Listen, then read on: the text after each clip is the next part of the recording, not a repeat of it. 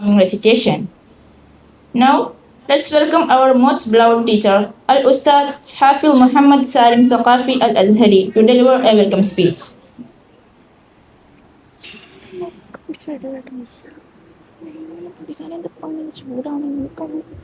السلام عليكم ورحمة الله وبركاته. بسم الله الرحمن الرحيم. الحمد لله رب العالمين، والصلاة والسلام على سيد الأنبياء والمرسلين سيدنا محمد وعلى آله وصحبه أجمعين.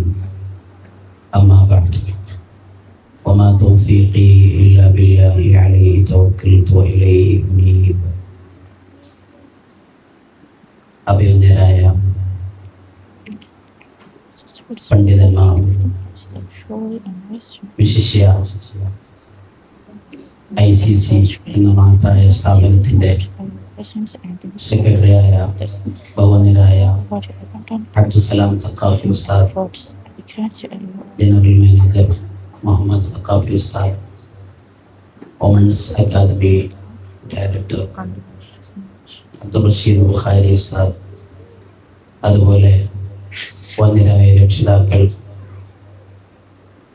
ഹാഫിളത്തുകളായ teachers, ഹിഫ്ള് പഠനം പൂർത്തീകരിക്കുന്ന വിദ്യാർത്ഥിനികൾ, മറ്റെല്ലാ വിദ്യാർത്ഥിനികളും ഒരുമിച്ച് കൂടിയ വളരെ വിശിഷ്ടമായ ഒരു സദസ്സിലാണ് നാം സംഗമിച്ചിട്ടുള്ളത്. നമ്മുടെ സ്ഥാപനത്തിൽ നടന്നു വരുന്ന പരിപാടികളിൽ ഏറെ ശ്രദ്ധേയമായ ഒരു പ്രോഗ്രാമാണ് മിസ്കുൽ ഖിതാം ലിഖത്മി തഹ്ഫീദുൽ കലാം എന്ന ഈ പരിപാടി. വർഷങ്ങളുടെ കഠിന പ്രയത്നത്തിന്റെ പരിസമാപ്തിയായി അള്ളാഹുവിന്റെ കലാമായ വിശുദ്ധ ഖുർആനിൽ നിന്നും ഓരോ ഭാഗങ്ങൾ വിവിധ ദിവസങ്ങളിലും സമയങ്ങളിലുമായി മനഃപ്പാഠമാക്കി ഖുർആൻ 30 ജുസും പഠിച്ച് പൂർത്തീകരിച്ച് അവസാനത്തെ പാഠഭാഗം അഭിനന്ദനായ ഉസ്താദുമാർക്ക് ഓതി കേൾപ്പിക്കുന്ന ചടങ്ങാണ് ഇത്. അതുകൊണ്ട് തന്നെ മഹാന്മാരായ അയിമത്ത് പഠിപ്പിച്ച ധാരാളം പ്രത്യേകതകളും ബഹുമാനങ്ങളും ഇത്തരം ഒരു സദസ്സിനുണ്ട്. വിശുദ്ധ ഖുർആൻ ഖത്മ് ചെയ്യുന്ന സദസ്സാണ് എന്നതാണ് അതിലേറ്റവും പ്രത്യേകത. നമുക്കറിയാം, ഖുർആനിൽ നിന്ന് നാം ഒരു പേജ് ഒരു തവണയോ 2 തവണയോ 3 തവണയോ പാരായണം ചെയ്യുമ്പോഴേക്ക് നമുക്ക് ആ ഭാഗം ഹൃദിസ്ഥമാവുകയില്ല. ധാരാളം തവണ ആവർത്തിച്ച് ഓതുക മുഖേനയാണ് നമുക്കൊരു പേജ് ഖുർആൻ പഠിക്കുന്നത്, കാണാതെ ഓതാൻ കിട്ടുന്നത്. അത്തരത്തിൽ ഓരോ പാഠഭാഗങ്ങളും ശ്രദ്ധയോടുകൂടെ പാരായണം ചെയ്ത് റിപ്പീറ്റ് ചെയ്ത് പഠിച്ച് അവസാനത്തെ പാഠഭാഗം കൂടെ അങ്ങനെ പഠിച്ചെടുക്കുമ്പോൾ ഇവിടെ അവസാന പാഠഭാഗം ഓതി കേൾപ്പിക്കുന്നതിലൂടെ ധാരാളം ഖത്മുകൾ ഒന്നിച്ചു തീരുന്ന ഒരു സ്ഥിതിവിശേഷമാണ് ഉണ്ടാകുന്നത്. ഒരു ഖത്മ് തന്നെ ഓതി തീർന്നാൽ ആ തീരുന്ന സദസ്സിലെ പ്രാർത്ഥനയ്ക്ക് വലിയ മഹത്വം ഉണ്ട് എന്ന് അയിമ്മത്ത് നമ്മെ പഠിപ്പിക്കുന്നു. മഹാനായ ഇമാം നബവി റളിയല്ലാഹു അൻഹു വിശുദ്ധ ഖുർആൻ പഠിക്കുന്നവരും പഠിപ്പിക്കുന്നവരും പാലിക്കേണ്ട മര്യാദകൾ പറയാൻ വേണ്ടി പ്രത്യേകമായി ഒരു ഗ്രന്ഥം രചിച്ചിട്ടുണ്ട്. അത്ബിയാൻ ഫി ആദാബി ഹമലത്തിൽ ഖുർആൻ എന്നാണ് അതിന്റെ പേര്. ആ ഗ്രന്ഥത്തിൽ നബി ഇമാം റളിയല്ലാഹു അൻഹു പ്രത്യേകം പറയുന്നത് കാണാം, വിശുദ്ധ ഖുർആൻ പാരായണം ചെയ്ത് പൂർത്തിയാകുന്ന സദസ് ആ പ്രാർത്ഥനയ്ക്ക് വലിയ ഉത്തരം ഉണ്ട് എന്നതുകൊണ്ട് തന്നെ മഹാന്മാരായ സ്വഹാബികളും താബിഈകളുമെല്ലാം ആ ദിവസത്തിന് വലിയ പ്രാധാന്യം നൽകിയിരുന്നു. ആ ദിവസം അവർ നോമ്പ് നൽകും. നോമ്പ് നോറ്റിട്ടാണ് ഈ സദസ്സിന് വേണ്ടി നമ്മുടെ വിദ്യാർത്ഥിനികൾ തയ്യാറായിട്ടുള്ളത്. അതുപോലെ പ്രത്യേകിച്ച് പ്രാർത്ഥന കൊണ്ട് വസീയത്ത് ചെയ്ത ആളുകൾക്കൊക്കെ ആ സദസ്സിലേക്ക് ഒരു ക്ഷണം നൽകി അവരെ വിളിച്ചു കൊണ്ടുവരും. അതുകൊണ്ട് ഖത്മുൽ ഖുർആൻ മജ്ലിസിൽ സംബന്ധിക്കുന്നത് സുന്നത്താണെന്നല്ല, മുഅക്കദായ സുന്നത്താണ് എന്ന് മഹാന്മാർ പറയുന്നത് കാണാം. ഇബ്നു അബ്ബാസ് റളിയല്ലാഹു അൻഹുവിനെ കുറിച്ച് നബി ഇമാം ഉദ്ധരിക്കുന്നത്, അദ്ദേഹം പ്രത്യേകമായി ഒരാളെ നിയമിച്ചിരുന്നു. അദ്ദേഹത്തിന്റെ ജോലി എന്താണ്? വിശുദ്ധ ഖുർആൻ പാരായണം ചെയ്യുന്ന ആളുകളെയൊക്കെ പരിശോധിച്ചിട്ട് അവര് ഖത്മ തീർക്കാനാവുന്ന സമയത്ത് ആ വിവരം ഇബ്നു അബ്ബാസ് റളിയല്ലാഹു അൻഹുവിന് എത്തിച്ചു കൊടുക്കും. أنه كان رجلا يراقب رجلا يقرأ القرآن فإذا أراد أن يختم أعلم ابن عباس رضي الله عنه. ആ വിവരം കിട്ടിയാൽ ഇബ്നു അബ്ബാസ് റളിയല്ലാഹു അൻഹു ഖുർആൻ ഖത്മ തീരുന്ന സദസ്സിൽ ആ പ്രത്യേകമായ ഉത്തരം ലഭിക്കുന്ന പ്രാർത്ഥനയിൽ പങ്കെടുക്കാൻ വേണ്ടി അവിടെ എത്താറുണ്ട് എന്ന് തിബിയാൻ എന്ന ഗ്രന്ഥത്തിൽ കാണാം. ഇതുപോലെ തന്നെയായിരുന്നു സ്വഹാബികൾ താബികളുടെ എല്ലാം അനുഭവങ്ങൾ ഇമാം നവവി റളിയല്ലാഹു അൻഹു ഉദ്ധരിച്ച് പറയുന്നത്. ആ അർത്ഥത്തിൽ ഏറെ ഉത്തരം ലഭിക്കുന്ന ഒരു മജ്ലിസായി നമ്മുടെ കുറഞ്ഞ സമയത്ത് ഈ മജ്ലിസ് കബൂൽ ചെയ്യുമാറാവട്ടെ എന്ന് ആമുഖമായി ദുആ ചെയ്യുകയാണ്. നമ്മുടെ സ്ഥാപനത്തിൽ വർഷങ്ങളായി ഇവിടുത്തെ സംവിധാനങ്ങളെല്ലാം ഉപയോഗപ്പെടുത്തി ഖുർആൻ ഹൃദിസ്ഥമാക്കി ഇൻഷാ അല്ലാഹ് ഇന്ന് പൂർത്തിയാക്കുന്ന വിദ്യാർത്ഥിനികളാണ് ഇവിടെ ഇരിക്കുന്നത്. അവരെ ആദരിക്കുന്ന ചടങ്ങാണ് ഈ ചടങ്ങ്. ഇതിനകം 10 പേർ വിശുദ്ധ ഖുർആൻ ഹൃദിസ്ഥമാക്കി ഇവിടെ നിന്നും പുറത്തിറങ്ങി അവർ വിവിധ സ്ഥലങ്ങളിൽ സേവനം ചെയ്യുന്നവരും അവരുടേതായ സംവിധാനങ്ങളും സൗകര്യങ്ങളും ഉപയോഗപ്പെടുത്തി ഖിദ്മത്ത് ചെയ്യുകയും ചെയ്യുന്നുണ്ട്. 11, 12, 13 ഇങ്ങനെ ഇന്ന് 3 ഹാഫിദത്തുകൾ കൂടി പൂർത്തിയാക്കുമ്പോൾ 13 മക്കളാണ് വിശുദ്ധ ഖുർആൻ ഇവിടെ വെച്ച് പൂർത്തീകരിക്കുന്നത്. ധാരാളം വിദ്യാർത്ഥിനികൾ 5ഉം 10ഉം 15ഉം ജുസ്ഉകൾ ഓരോരുത്തർക്കും അല്ലാഹു തആല കൊടുത്ത മെമ്മറി പവറും കഴിവും അനുസരിച്ച് വേറെയും ധാരാളം മക്കൾക്ക് വിശുദ്ധ ഖുർആൻ പഠിക്കാൻ നമ്മുടെ സ്ഥാപനത്തിലൂടെ അവസരമുണ്ടായിട്ടുണ്ട്. നമ്മുടെ ഒരു മകൻ അല്ലെങ്കിൽ ഒരു മകൾ വിശുദ്ധ ഖുർആൻ പഠിക്കുന്നത് കൂടെ എത്ര വലിയ മഹത്വമാണ് അവർക്ക് ലഭിക്കുന്നത് എന്ന് വിശുദ്ധ ഖുർആനിന്റെയും ഹദീസിന്റെയും വ്യക്തമായ അധ്യാപനങ്ങളിലൂടെ തന്നെ സഞ്ചരിച്ചാൽ നമുക്ക് പറഞ്ഞു തീർക്കാൻ സാധ്യമല്ല. ഒന്നിരായ ഉസ്താദുമാർ ഇവിടെ സംസാരിക്കുന്നത് കൊണ്ട് ഞാൻ അതിലേക്ക് കടക്കുന്നുമില്ല. ഒറ്റ വാക്കിൽ പറഞ്ഞാൽ വിശുദ്ധ ഖുർആൻ ഹൃദിസ്ഥമാക്കാൻ വേണ്ടി സന്നദ്ധയായ ഒരു വിദ്യാർത്ഥിനി അല്ലെങ്കിൽ വിദ്യാർത്ഥി അവർക്ക് പ്രധാനമായി ലഭിക്കുന്ന 7 ഗുണങ്ങളിൽ ഒന്ന് ഈ സമൂഹത്തിലെ ഏറ്റവും ഉത്തമരായ ആളുകളുടെ ലിസ്റ്റിൽ അവർ ഉൾപ്പെടും എന്നാണ്. സാധാരണക്കാരും പണ്ഡിതന്മാരും ആബിദുകളും ആബിദാത്തുകളും സ്വാലിഹികളും സ്വാലിഹാത്തുകളും ഇങ്ങനെ ഏതെല്ലാം കാറ്റഗറിയിലുള്ള ആളുകളാണ് മനുഷ്യർ എന്ന് പറയുന്ന വിശാലമായ പദം ഉൾക്കൊള്ളുന്നത്. ഇതിൽ ഏറ്റവും ഉത്തമരായ ഒരു വിഭാഗത്തിൽ അവർ ഉൾപ്പെടുമെന്ന് നബി സല്ലല്ലാഹു അലൈഹി വസല്ലം ഖൈറുക്കും മൻ തഅല്ലമൽ ഖുർആന വഅല്ലമ എന്ന ഹദീസ് ഉണ്ട്. ഇമാം ബുഖാരി ഉദ്ധരിച്ച ഹദീസിൽ നബി സല്ലല്ലാഹു അലൈഹി വസല്ലം അത് നമ്മെ പഠിപ്പിക്കുന്നു. മാത്രമല്ല മറ്റൊരു പ്രത്യേകത, വിശുദ്ധ ഖുർആൻ അവർക്ക് ശുപാർശകരാകും എന്നാണ്. ഇമാം മുസ്ലിം റളിയല്ലാഹു അൻഹു ഉദ്ധരിച്ച ഹദീസിൽ കാണാം, ഇഖ്റഉൽ ഖുർആൻ ഫഇന്നഹു യഅതി യൗമൽ ഖിയാമത്തി ശഫീഅൻ ലിഅസ്ഹാബി.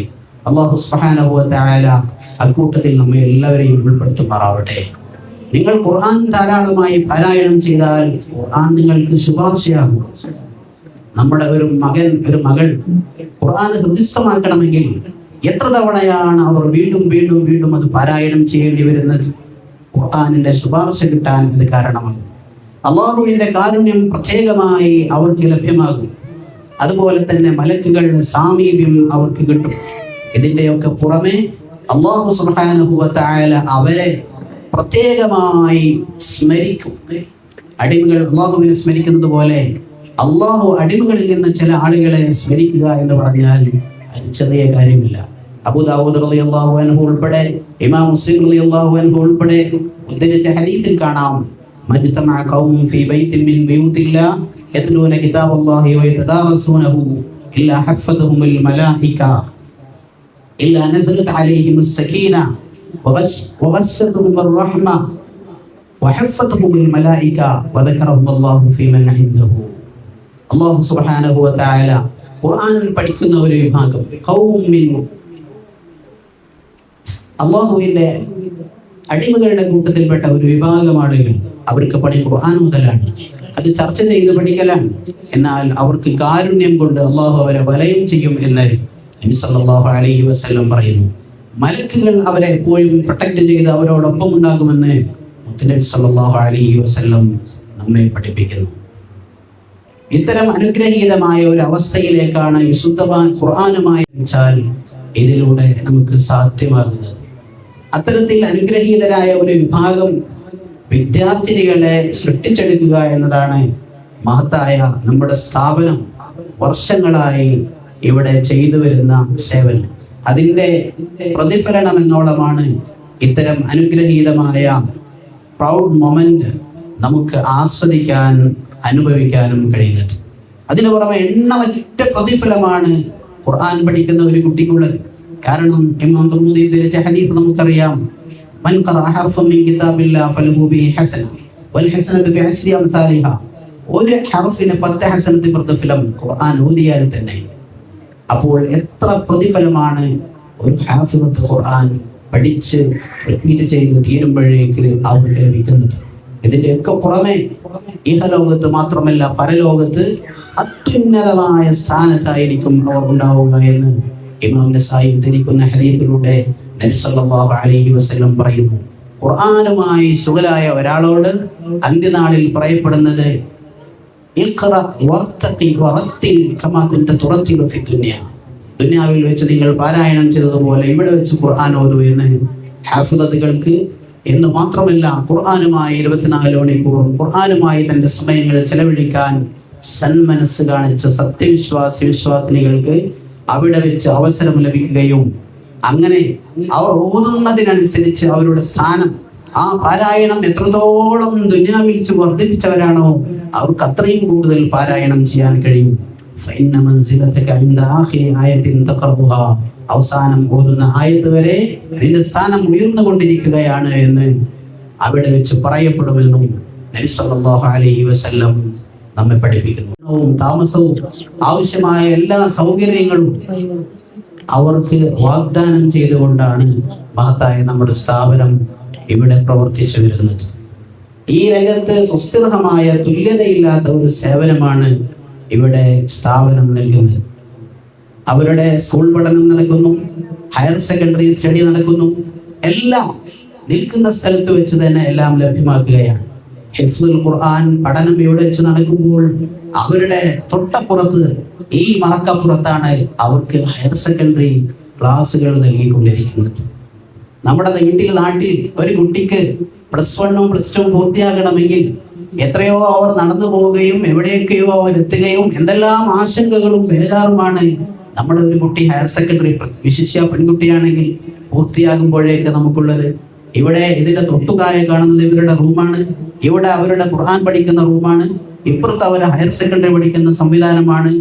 എല്ലാം ഒരു കുടക്കീയിൽ എന്ന വാക്ക് അനർത്ഥമാക്കുന്ന വിധത്തിലാണ് ഇവിടെ പെൺകുട്ടികൾക്ക് ഈ സുരക്ഷിതമായ ക്യാമ്പസിൽ മഹത്തായ ഈ സ്ഥാപനം സൗകര്യങ്ങൾ നൽകി വരുന്നത്. നമുക്കിടെ ബന്ധപ്പെട്ട ആളുകൾക്കെല്ലാം അത് ഉപയോഗപ്പെടുത്താൻ അടുത്ത അധ്യാപന വർഷത്തേക്കുള്ള അഡ്മിഷൻ അതിന്റെ സമയം അടുത്തു വരികയാണ്. അതുകൊണ്ട് ബന്ധപ്പെട്ട ആളുകൾക്കൊക്കെ അത് ഉപയോഗപ്പെടുത്താവുന്നതാണ്. നേരത്തെ ഞാൻ സൂചിപ്പിച്ചതുപോലെ ആൺകുട്ടികൾക്ക് മാത്രമുള്ള അവസരങ്ങൾ മുമ്പുണ്ടായിരുന്നതിൽ മാറി ഇവിടെ 2 വിദ്യാർത്ഥിനികൾ പൂർത്തിയാക്കുന്നത് 2 പേരുടെയും രക്ഷിതാക്കൾക്ക് പെൺകുട്ടികൾ മാത്രമാണുള്ളത്, ആൺകുട്ടികൾ അവർക്കില്ല. അപ്പോ ഒരു ഉമ്മ അവരുടെ അവസ്ഥ പറഞ്ഞു. സ്വാഭാവികമായും എല്ലാവർക്കുള്ള അവസ്ഥയാണ്. ആൺകുട്ടികൾ എനിക്കുണ്ടാകണമെന്ന് അതിയായി ആഗ്രഹിക്കുന്നു. എൻ്റെ കുട്ടി എനിക്ക് വേണ്ടി ഒരു ആര്യമായ കുട്ടി ഉണ്ടായാൽ ഉഖ്റവിയായി ചിന്തിക്കാൻ ഇൻഷാ അല്ലാഹ് ആ വിഷയത്തിലേക്ക് കടക്കുകയാണ്. നമുക്ക് കുട്ടികളുടെ കൂട്ടത്തിൽ ഒരു ആൺകുട്ടി ഉണ്ടായി കഴിഞ്ഞാൽ ആ ആൺകുട്ടി ഉമ്മാന്റെ പേരിൽ മയ്യിത്ത് നിസ്കരിക്കാനും ഉപ്പാന്റെ പേരിൽ മയ്യിത്ത് നിസ്കരിക്കാനും ഖബറിൽ വരണമെന്നും ഒക്കെയാണ് ഉഖ്റവിയായി ചിന്തിക്കുന്ന നമ്മെ പോലുള്ള ആളുകൾ ആഗ്രഹിക്കുക. എന്നാൽ പെൺകുട്ടിയാണ് വന്നതെങ്കിൽ ഉണ്ടായത് എങ്കിൽ, പ്രത്യേകിച്ചും പെൺകുട്ടികൾ മാത്രമാണ് ഉണ്ടാകുന്നതെങ്കിൽ, മറിയം ബീവി തീർച്ചയാക്കിയതുപോലെ